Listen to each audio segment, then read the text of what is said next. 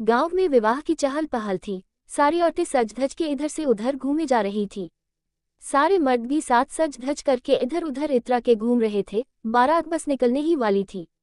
हमारे गांव में विवाह के अवसर पर एक बड़ी मनोरंजक रस्म अदा होती है। बारात के रवाना हो जाने के बाद वर के घर पर रत जगा होता है।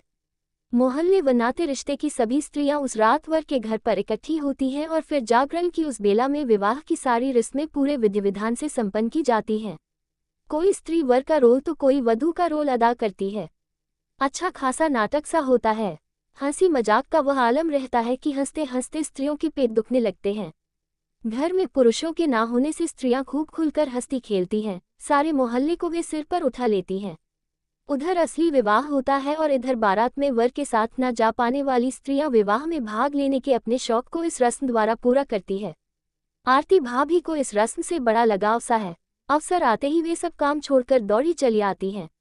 इस अवसर पर वधू बनने के लिए भी वे बड़ी उत्सुक रहती हैं। दूसरी स्त्रियों की तो इसके लिए खुशामद करनी पड़ती है, मगर सरिता भाभी तो खुद ही कह देती है, अरे तो चिंता क्यों करती हो, कोई नहीं बनती तो मैं ही बन जाती हूँ दुल्हन। दुल्हन बनने में कैसा संकोच, औरत जात दुल्हन बनने के लिए ही है। यूं दुल्हन बनने के साथ ही अपने नकली वर्क का अपने हाथों से श्रृंगार करने का भी शर्मिला भाभी को शौक रहा है। मास्टर साहब के लड़के की बारात जाते ही शर्मिला भाभी अपनी आदत के अनुसार सबसे पहले उनके घर पहुंच गई। आते ही स्त्रियों के इकट्ठा होने की बड़ी ब्याग से प्रतीक्षा करने लगी। उन्हें आश्चर्य हो रहा था कि पड़ोसियों व नाते रिश्ते वालियों का कामकाज अभी तक क्यों नहीं निपटा। अगर देर से शुरू करेगी तो सारी रस्में रात भर में पूरी नहीं होंगी। कैसी है यह औरतें, इन्हें इस मामले में उत्साह ही नहीं है। इस बहाने हंसने खेलने का मौका मिल जाता है, इतना भी नहीं समझती। कामकाज तो रोज ही करना है, पर ये रोज कहाँ होता है। 8-10 स्त्रियों के आ जाने पर सहज ही बात चल पड़ी। आज दुल्हन कौन बनेगी? शर्मिला भाभी ने फौरन जवाब दिया, मैं बनूंगी। दुल्हन की फिक्र मत करो, दूल्हा की तलाश करो। बोलो कौन बनेगा मेरा दूल्हा? सभी स्त्रियों ने इनकार करते हुए कहा, नहीं बाबा, तुम्हारा दूल्हा बनने का सामर्थ्य हम में नहीं है। तभी मैं आ गई। मैंने आते ही पूछा, क्या बात है, दूल्हा दुल्हन अभी तक सजी क्यों नहीं? शर्मिला भाभी ने फौरन कहा, अरे मैं दुल्हन बनी कब तक सजी सौरी बैठी हूँ, लेकिन अभी तक दूल्हा ही नहीं सजा। क्यों? बस तेरा इंतजार था। क्यों, भला तुझे दूल्हा बनना है? ना नहीं बाबा, तुम्हारा दूल्हा मैं नहीं बन सकूंगी। क्यों, मैं क्या इतनी बुरी हूँ? नहीं आरती भाभी, तुम तो हजारों में एक हो। रूप रंग चाल ढाल नाक नक्श बातचीत सब में हीरा हो। क्यों मजाक कर रही है रानी? यह मजाक नहीं है आरती भाभी। मैं अगर पुरुष होती तो क्या करती, तो मैं सचमुच तुमसे शादी कर लेती, और अगर शादी नहीं हो पाती तो मैं तुम्हें भगा ले जाती। मेरी इस बात पर ऐसे कहे लगे। ऐसी तालियां बजी कि आसपास के घरों से जो स्त्रियां अभी तक नहीं आई थी वे भी निकल आई। आरती भाभी मेरा हाथ थाम कर बोली, तब तो आज मैं तुझे दूल्हा बनाए बिना नहीं मानूंगी। नहीं बाबा, मुझे बख्श दो। नहीं, मैं आज तुझे नहीं छोड़ूंगी। नहीं आरती भाभी, किसी और को दूल्हा बना लो। अरे तेरे से अच्छा दूल्हा भला कहाँ मिलेगा? मैंने छेड़ते हुए कहा, घर से ठेकेदार भैया को बुला दूं? अरे वे तो बारात गए हैं। आज की रात तो बस तू ही मेरा दूल्हा है। तुम हमें परेशान तो नहीं करोगी आरती भाभी? अरे अपने मन के दूल्हे को भला कोई परेशान करती है? कह लगाते हुए सभी मुझको विवश करने लगी। बसंती भाभी तो मास्टर साहब के घर में से मर्दाना लिबास भी ले आई। मेरी साड़ी उतार कर मुझे पेंट शर्ट पहनाने लगी। मैं ना करती रही, मगर आरती भाभी ने मुझे मर्दाना लिबास पहना दिया। पाँव में मोजे पहनाते पहनाते आरती भाभी ने रेखा के कोट के खुले हुए बटन को लक्ष्य कर कहा, अरे तू मेरा दूल्हा बन रही है तो इसे तो ढक ले। दूसरी स्त्रियों ने भी चुटकी ली, हारी, और जरा मूछे भी लगा ले। आरती भाभी को ये बात पसंद नहीं आई। वे बोले, नहीं रे, अब तो मूछ मुंडों का जमाना है, मूछे भला कौन रखता है। स्त्रियों ने चुटकी ली, भाभी दूर क्यों जाती हो, अपने घर में ही देख लो ना। हमारे ठेकेदार भैया तो अभी भी बड़ी बड़ी झबरी मूछों के कायल है। तू भी बड़ी सी मूछें लगा ले मालती। मैंने भी आरती भाभी को छेड़ने के ख्याल से कहा, हरे ले आओ मूछें, मूछों से मैं पूरा मर्द दिखूंगी।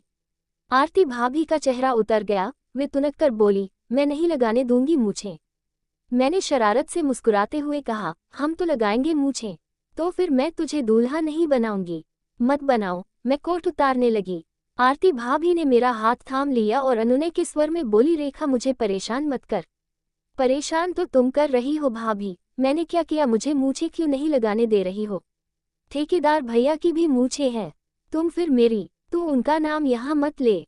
क्यों ना लूं? अरे मालती, आज मेरी मर्जी का श्रृंगार करने दे पगली। शर्मिला भाभी के भीगे कंठ व उनके इस भंगिमा से मैं द्रवित हो गई।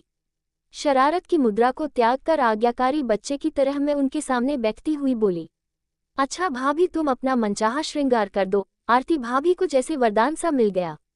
वो ललक कर मेरा श्रृंगार करने लगी। रजवाड़ा ढंग से उन्होंने मेरे सिर पर साफा बांधा, बाल पर चमचम चमकती बिंदियां भी लगा दी और फूलों का सेहरा भी बांध दिया। सारा श्रृंगार हो जाने पर आरती भाभी ने अपनी 0 नंबर की ऐनक उतारी और उसे मुझको पहनाने लगी।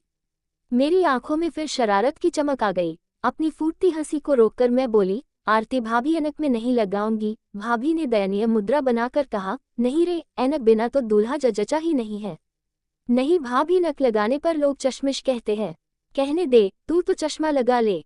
मैं जानती थी कि आरती भाभी नक लगवाए बिना मानेगी नहीं, मगर मैं फिर भी इनकार करती रही। आजकल नक का फैशन ही नहीं। कौन कहता है? आजकल ही तो नक का फैशन है। नहीं है भाभी, चाहो तो सबसे पूछ लो। सभी स्त्रियों को इस शरारत में मजा आ रहा था, इसलिए बिना पूछे इन्होंने अपना मत व्यक्त किया। कमजोर नजर वाले ही लगाते हैं नक। मैंने फौरन इस बात का सिरा थाम कर कहा, भाभी सुना आपने? मुझे कुछ नहीं सुनना है, मैं तो अपने दूल्हे को नक पहनाऊंगी। मैंने भाभी के कान से मुंह सटाते हुए फुसफुसा कर कहा, क्यों, नक वाला अभी भी मन में बैठा है क्या?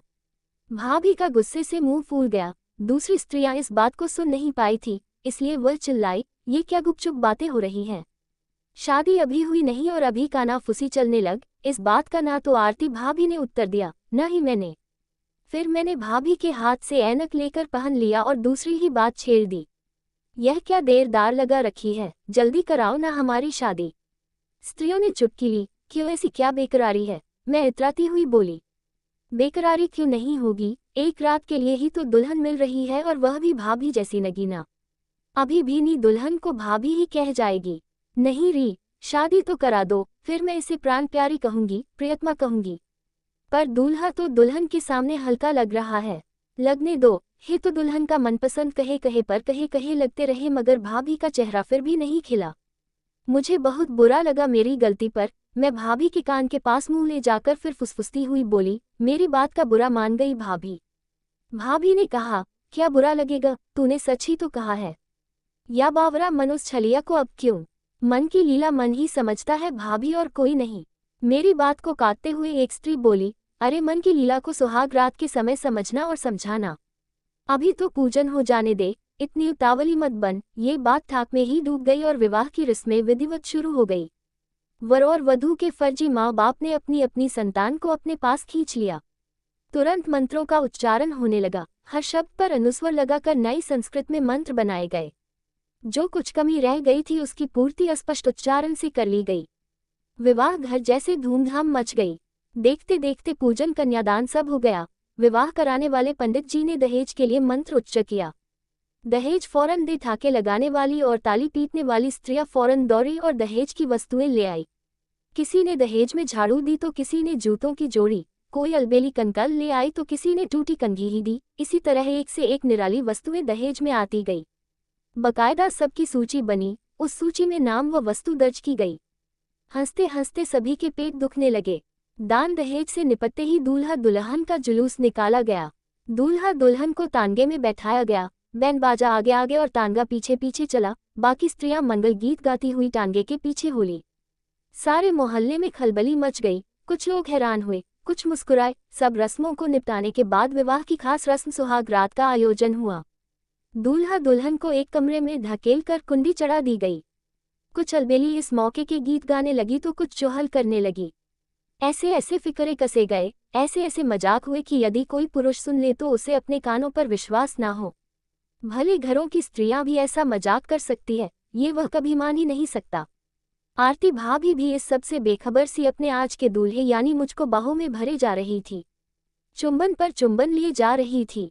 मैं चुंबन की इस बात से जैसे घबरा गई थी। मैं अपनी इस दुल्हन की बाहों की कैद से मुक्त होने की कोशिश कर रही थी।